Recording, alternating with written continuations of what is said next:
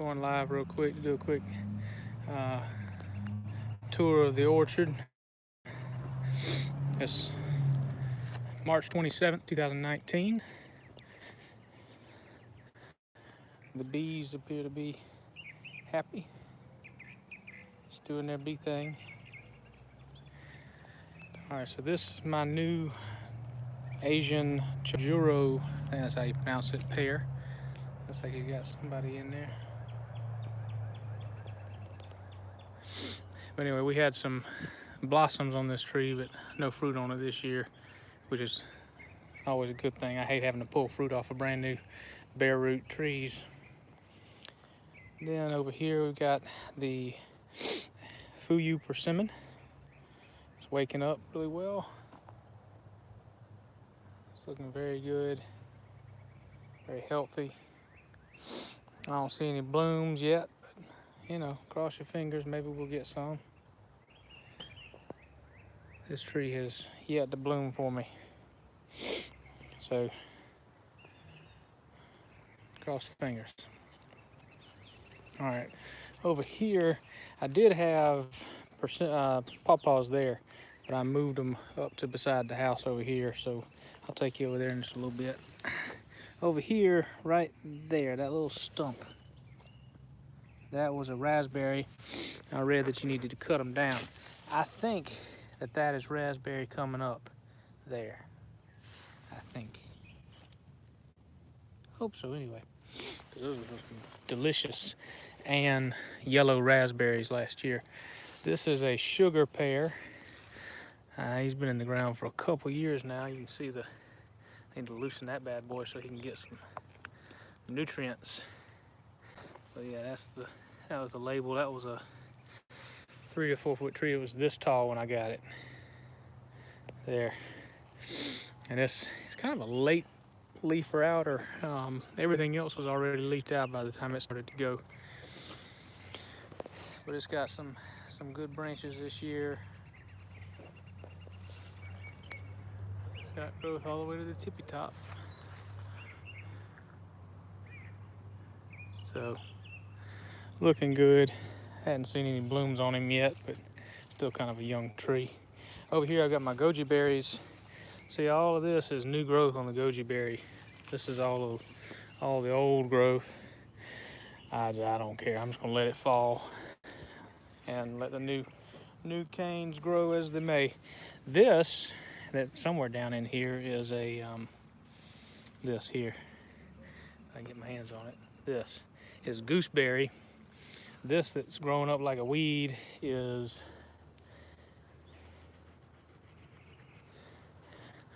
elderberry, which is what the mother tree is right there.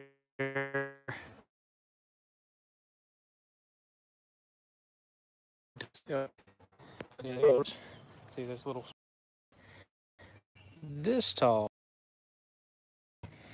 And you see the graft down here.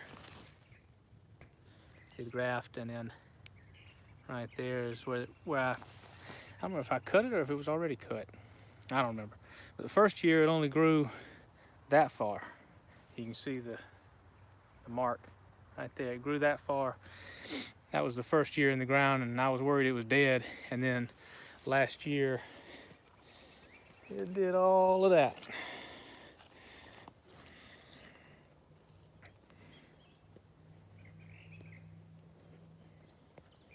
That's pretty cool. But it's doing well. The leaves look nice and shiny. Haven't seen any blooms on it yet, but fingers crossed. All right, this one I bought this year. It's a Dorset Golden. I had a Dorset Golden here, but it died. So I replaced it. And this one, and it bloomed this year. See the blooms here.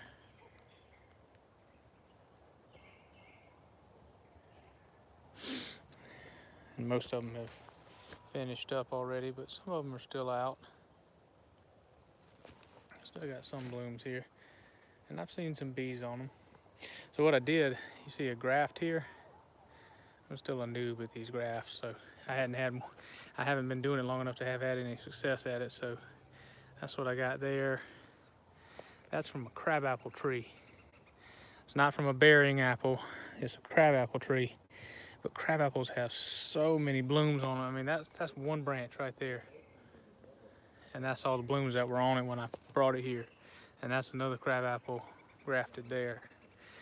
I thought, hey, they have great, you know, they'll cross-pollinate wonderfully. All right, now this is an Anna apple tree. You can see how tall it is. It goes way, way up there. That tree, I pruned it hard 2 years ago, and I was hoping to you know, make it a bowl shape. That didn't work. And then last year it grew all of that anyway. I mean, 6 feet or more. So no blooms this year. Not sure what that's about, but got lots of good branches coming off of it. I mean, I like the branching on it, but not a big fan of what it ended up doing last year. Now I had a giant Fuyu persimmon here. It died as well. I think this tree and that tree drowned. I had them real low. You can see that one's kind of mounded up. I had them both real, well, obviously, I mean, that was all the way ground level, and this one is the lowest spot in the yard, and it holds water back here. There's a ditch, and I think they both drowned. There was a weekend where I think I left the hose on or something running this drip system.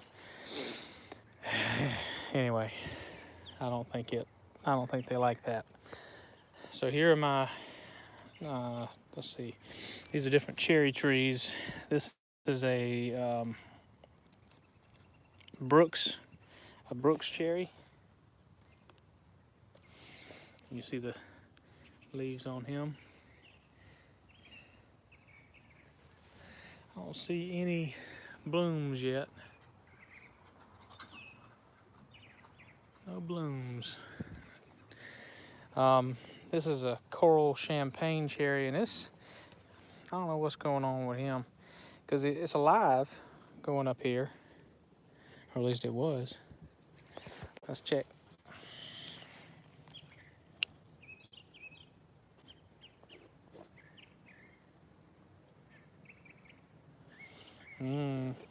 I'm not so sure she's alive anymore. Nope, still alive. See? So, well, we've got some signs of life here.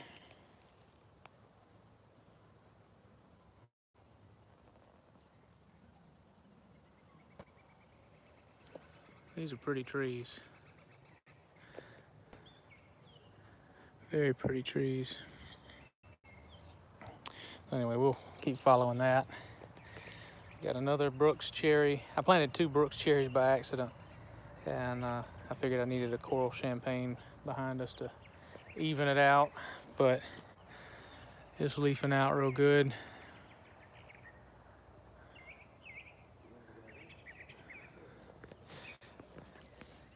This tree and that tree were planted years apart.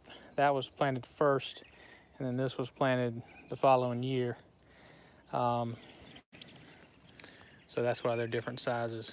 But they were about the same size when I got them. They were this tall, about 3 feet, 1.5 feet, 2 feet. Now this is my Satsuma plum, and it had actually set a bunch of fruit. In fact, you can still see one of them. I thought all these fruits had died. Did it manage to keep one? Oh, no. It was dead on the vine. See it?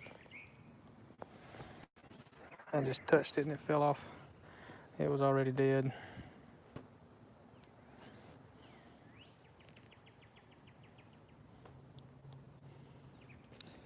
But yeah, it had a bunch of fruit. There's another one.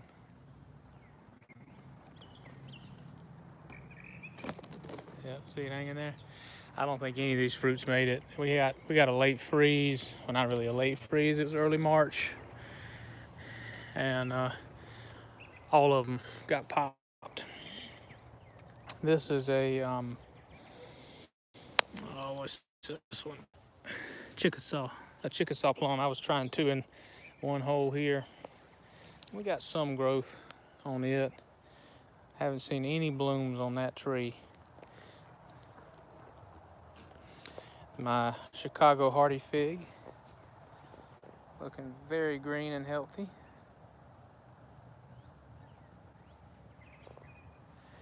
I actually had 4 shoots on it last year, and I put a brick on one of them and it rooted, and I've got several Chicago hardy figs in pots growing, and they're doing excellent. All right, so here is my Santa Rosa plum. Obviously it's doing really well. Got lots of new growth on it. Little green shoots here. That's new. It had some blooms on it. I don't think it's got any plums on him. It bloomed after everything else. I don't see any plums making there.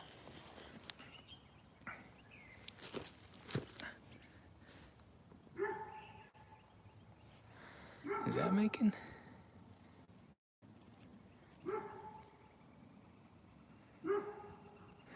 That might be making right there. I can't tell.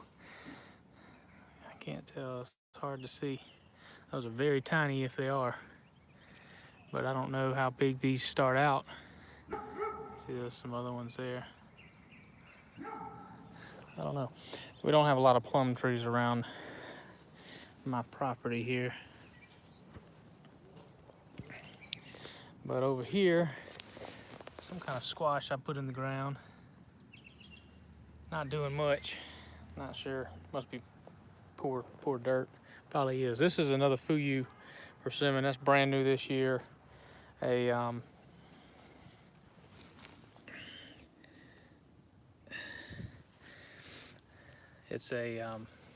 was a bare root tree. It was in a pot, but when I pulled it out the pot, the soil just all fell apart. It didn't have any roots. So it's alive, and I think it'll do this year, but it'll probably be June or July before it leaves out. That was my experience with the one over there. I got them at the same nursery, and I'm not sure how it's obviously a grafted tree. See here? There's a graft. So it's definitely a Fuyu as far as grafts go. I planted these little snow peas or whatever they are next to my trees. I thought it'd be interesting to let them grow up the trees. I don't think they'll hurt anything. Companion planting. Now, this tree I transplanted. This is a elephant heart plum, and it had a bunch of little plums on it. You can sort of see them there. Now, I think they've all died because, like I say, I transplanted the tree, which means it lost a lot of its roots and its nutrients. So it may be done for the year. Suits me just fine if it'll kick all those plums off.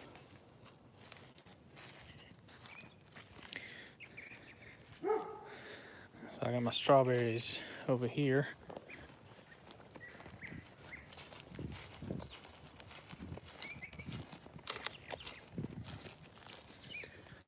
In my ghetto gutter. So these ones look like they've died on me, but I've got a good many here that made it.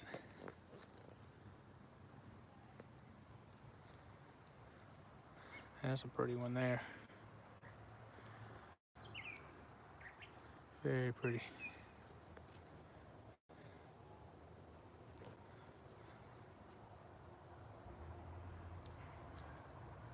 And this is a borage. That's an herb. You can actually eat every piece of it. Tastes like cucumber, I'm told. And the bees love it. That's why I put it over here. I figured it'd be good. Yes, I know it's invasive, but I've got bees, so I don't count it as invasive. I just count it as hedging bets.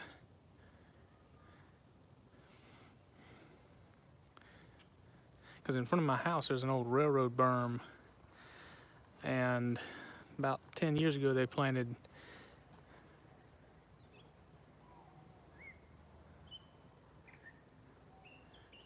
crepe myrtles. 2 more borage plants there. They planted crepe myrtles. Now I don't need these weeds in there. They planted crepe myrtles, so there will be plenty for my bees to do.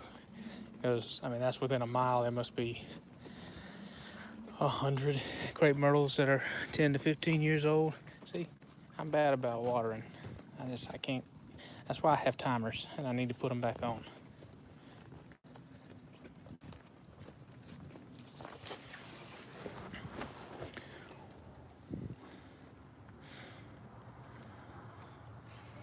All right, might as well start here.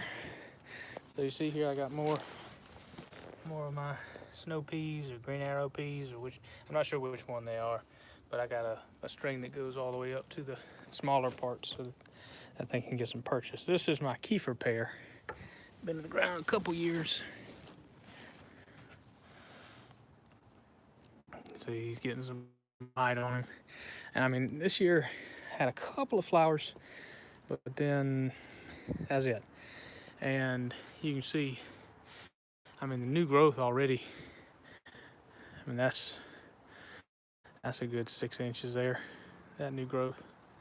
Doing a lot of branching, which I like to see, because it didn't do hardly any branching last year. I mean, that's all new from there. That whole thing, that's new. That's about almost a foot. This is probably about 13 or 14 inches already. So if he's gonna put on, because it had little fruit buds, one of those spots here, and I mean how healthy that looks. That looks wonderful.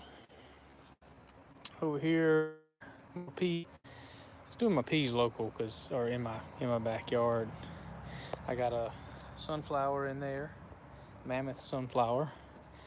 Got my Koronicki olive.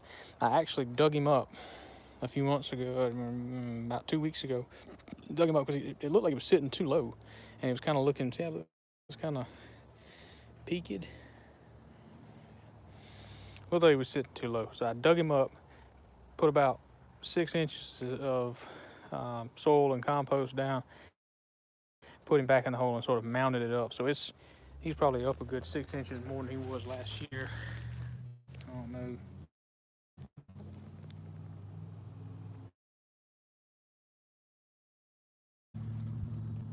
But he was too low, in my estimation.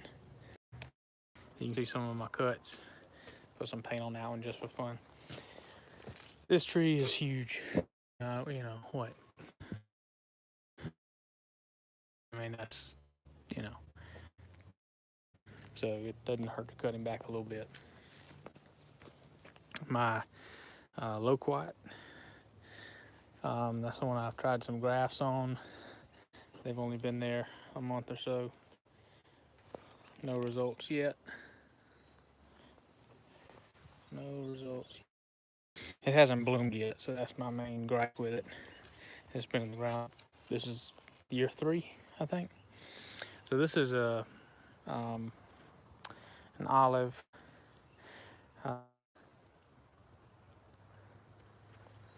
It's the same kind as this one here. Arbequina. I was thinking Anna. That's an Arbequina. Getting pretty tall. He's about 5 feet tall now.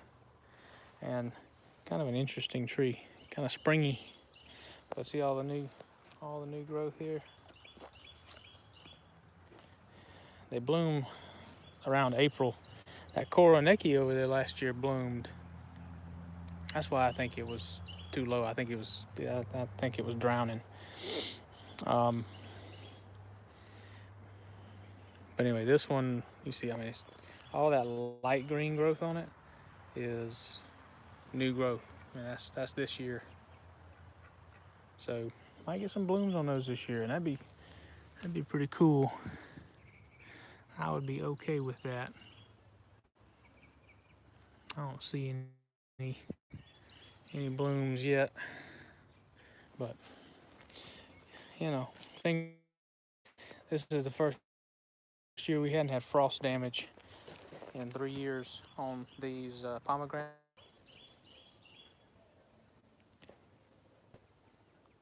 All right, we're back home. We lost connection for a second.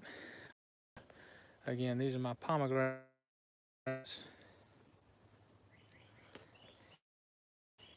They have never bloomed, but I am hopeful that I will get some this year. Water and prayer. Just around it to keep the dogs from stamping on it. I had one there, and they trampled the snot out of it. All right, so this is my brown turkey fig. You can see he's got some growth coming. Looking good there. Got some new growth down here, right there. And yep, I saw some additional growth there. Oh.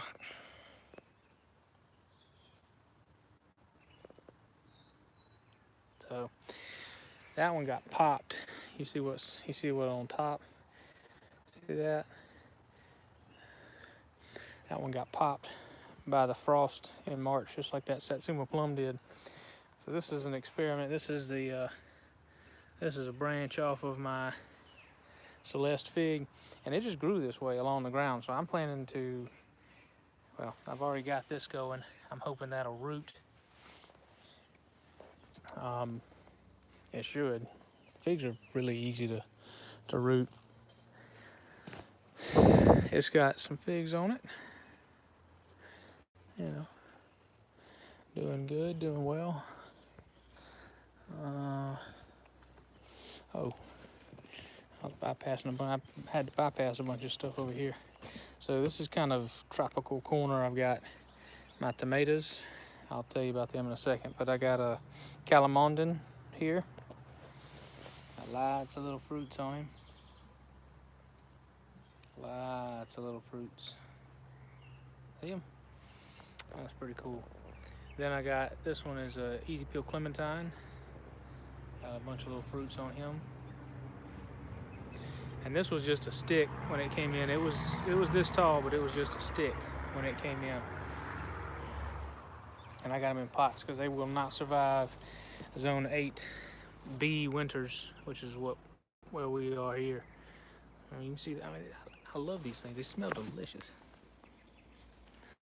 I love the smell of the citrus flowers. I mean, heck, if you only got it just for that. So these were sticks, this one and that one. This one is a mandarin, seedless mandarin. Kishu, let's see. Yeah, Kishu mandarin. And well, he's got a bunch of new growth on him already. Doing a little bit more than that one, but so we got more green growth here, more fruit over here. Now these are my bananas. I got a ice cream banana and it's the end of the day and my brain is not working for names. I'll think of it, doesn't matter right now. But I put them back out. This one has already, this little piece here was here when I put it out. So it's grown 4 inches, 5 inches just in a couple of weeks because I had dug them up and put them in the shop over here for the winter time. And so they're both leafing out. Dug a hole, threw a whole 2 bags of black cow in there, covered it back up, got some straw on it to keep it moist, and fingers crossed we get some bananas this year. All right, so this is my Persian lime, my Tahitian lime tree. And if you've never had one of these or been near one, you do this.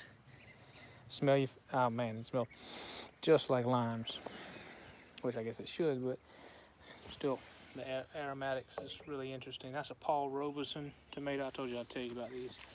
That's a Cherokee purple tomato. And Amish paste. a black cherry, a yellow pear. Those I'm hoping to be really interesting. And a sun gold cherry. That's probably the best looking one I got right now. Sun gold cherry. I got some blue Scotch kale. I got some, what's that, parsley? What is this? Yeah, parsley. Parsley going in this corner. That is a watermelon. I don't know if that'll work or not, but we'll see. And over here I got 3 bush beans. I hate bending over and picking beans, but man, oh man, if you get a bush bean plant growing, they will just produce and produce and produce. And I love string beans. So this is my avocado. This is my cold hardy avocado. See all that new growth, that new pretty growth? The rest of it looks pretty sorry, right? I mean, that's what happens when you plant one in the ground. But look at all that new growth, man. That new growth is amazing. And look at all these flowers. Look at all the flowers and still more new growth. You know, it's going to drop all those leaves off. But I mean, look, these leaves just started growing this year. And they're as big as my hand.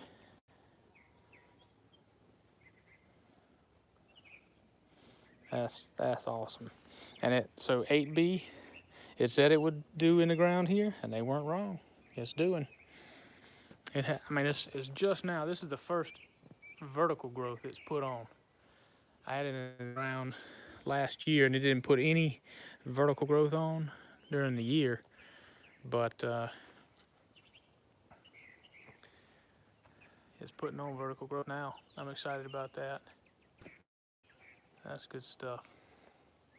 Got all these flowers. Come on, give me a avocado, y'all. I need one. I need an avocado off that tree. So my wife will believe that avocados will grow here. So this is my lemon. Got a couple lemons here. That bad boy's not far from being ready. See, these leaves are green or yellow. Need some fertilizer. I'm gonna hit him with some fish fertilizer in a little bit.